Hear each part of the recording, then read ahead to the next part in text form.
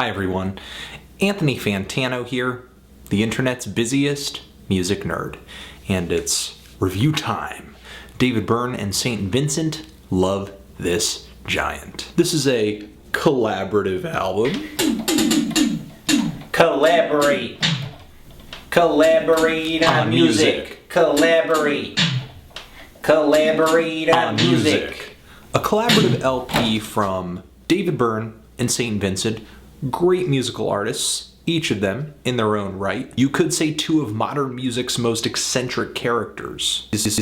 I mean, they're both out there, but I wouldn't necessarily say they're both cut from the same stylistic cloth. You know, once their creative juices mixed, what would the end result be? That was ultimately my question. Would it be some kind of strange talking heads, bush of ghosts, everything that happens, strange mercy, actor, Frankenstein monster of sounds? But David and Annie completely sidestepped all of that stuff. Now, a letter about this album, released and written by David Byrne, along with the first track to drop from this LP, Who, revealed that the challenge that David and Annie were facing on this LP was horns. An entire album of songs heavily dependent on arranged horn sections, and the first track to drop from this thing, Who, kept excitement and expectations high. The track had kind of a herky-jerky groove to it, something I would expect David to kind of bring to the table. Farty, colorful, and zany horns playing some pretty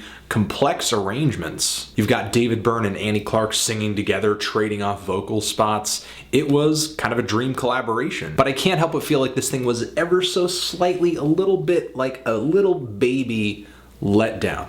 But not because of a lack of effort. I actually feel like Byrne and Clark kind of push one another's ambitions a little further than usual, especially when it comes down to the focus of this album, the horns. They really labored over these horns on every track, and there is no one track, singling out saying, oh, this is very, a nice densely layered horn piece that's very busy. I mean, every track is like that. Some arrangements are crazier, have a little more attitude than others, like the track Weekend in the Dust, which has Annie Clark singing lead on that track, and I imagine with the horns on that song, I just kind of see her doing this weird dance with her eyes crossed and just making these weird, crazy faces. I don't know why I imagine that, but I really get that personality from the horns. It's a track that really kind of throws inhibitions out the window. But on the other side of the spectrum, there are a lot of arrangements on here that are very beautiful, very tender, kind of touching, especially the introductions to the tracks Dinner for Two and Iceage, and the entirety of the closing track, Outside of Space and Time, which kind of almost has like a musical theater quality to it, or like a Disney soundtrack. As you first listen to this LP, like it happened to me, you're most likely going to just have your attention grabbed by the horns. You're not going to hear anything else. You're not going to hear the songwriting, a lot of which is great, and just kind of be distracted by how flashy and kind of gaudy these horns can be. It's rare to listen to an LP with just so many horns on it from front to back. Kind of get acclimated to that. Let them settle in and try to get a view of the overall picture of this album. Because when I did, I realized that, you know what, even though some of these songs are structured the same, they do have those horns that are prevalent on every track,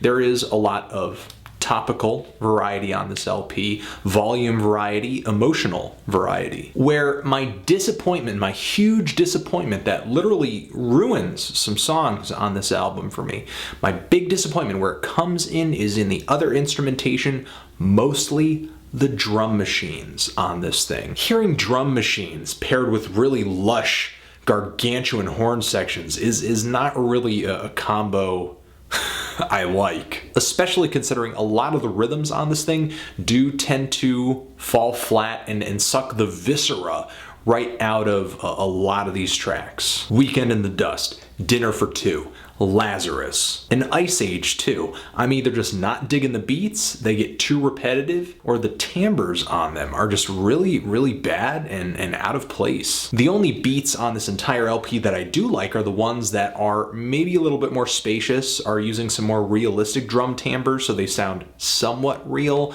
or the drum beats that are manipulated to the point where you are getting some kind of interesting sounds out of them, like on I Should Watch TV and I Am an Ape. Now, like I mentioned earlier, there are a lot of great songs on here. St. Vincent is pretty freaking awesome on the track Optimist. Some really captivating vocals from her there. I feel like Dave hits upon an interesting song concept with the song I Am an Ape, and nowhere is he at his burniest more than the track I Should Watch TV, where he's kind of singing about using the TV to get to know about his society and blend in and become a normal person and sort of just, fit into society, but maybe learning that that's not really what he wants, or kind of the pains that come with that. So David Byrne and Annie Clark did put effort into the horn arrangements, into their songwriting, and into the lyrics as well. You'll notice little quirky, interesting things about not only what they're saying, but how they're rhyming and how they're saying these things too. Overall, I did like this album. I liked the tunes, I liked the horns. It's pretty easy because the drums are buried in the back to kind of get lost in those and just enjoy them after the initial shock of being like, oh, maybe this is just way too over the top. David Byrne and Annie Clark, I could really see them as being enablers of one another in a way because of how strange they tend to be musically. Like, oh, hey, you want to do that crazy thing? Let's do this and make it 5 times crazier. As a result, they really went out on a limb, and I'm actually happy with that, even if there are a group of beats, a group of tracks on here that did not appease me. If something flashy, catchy, and harmoniously and melodically complex seems like something you want to dive into, then by all means, even if you have no experience with David Byrne or Annie Clark, just try it out. I would even kind of maybe recommend this to Of Montreal fans. Yeah, I could see that working. So if you've given a listen to this LP, what'd you think of it? Did you like it, hate it, why? What should I review next? Oh yeah, strong 6 to a light 7. And yeah, David Byrne, Annie Clark, love this giant forever.